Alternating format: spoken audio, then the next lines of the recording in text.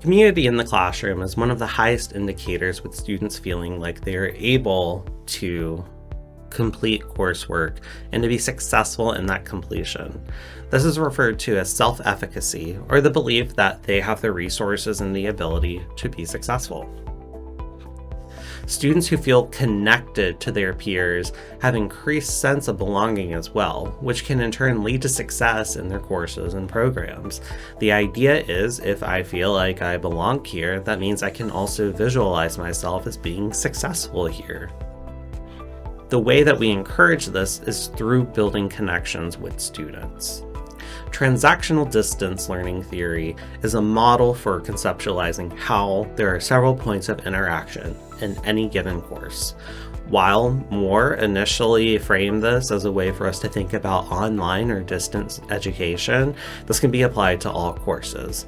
In every setting in the classroom, whether that's in person or virtual, there is a student-instructor interaction, a student-to-student interaction, and a student-to-content interaction.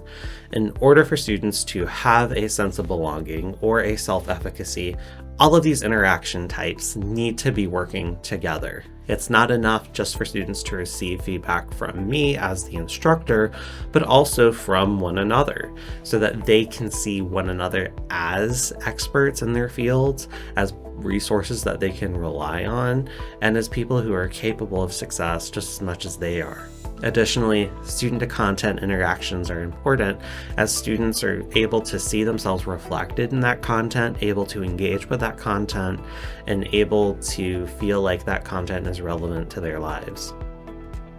There are several practices that we can do to encourage community and connection in our courses and to heighten that student-to-student interaction.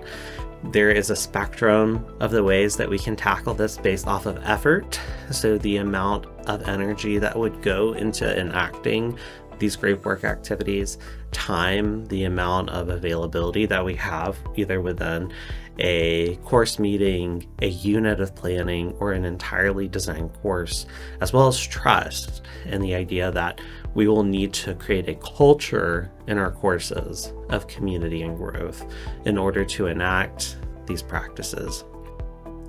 Some of the easier to implement group activities include a think, pair, share, where students are asked to reflect on course content, share it with a colleague, and then share it with the class. Group activities where students are broken into groups during a course session and asked to think about together and develop a product together that would meet a learning objective or complete an activity or assessment.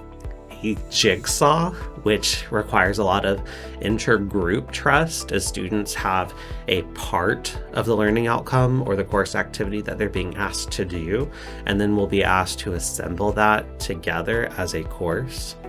Peer review, which may seem like it is a little bit more low effort for students to provide feedback for one another, but it actually requires a lot of trust for it to be productive and a lot of time and scaffolding for it to feel useful, as students are asked to trust one another with their work, to value one another's feedback, and have a genuine connection as collaborators.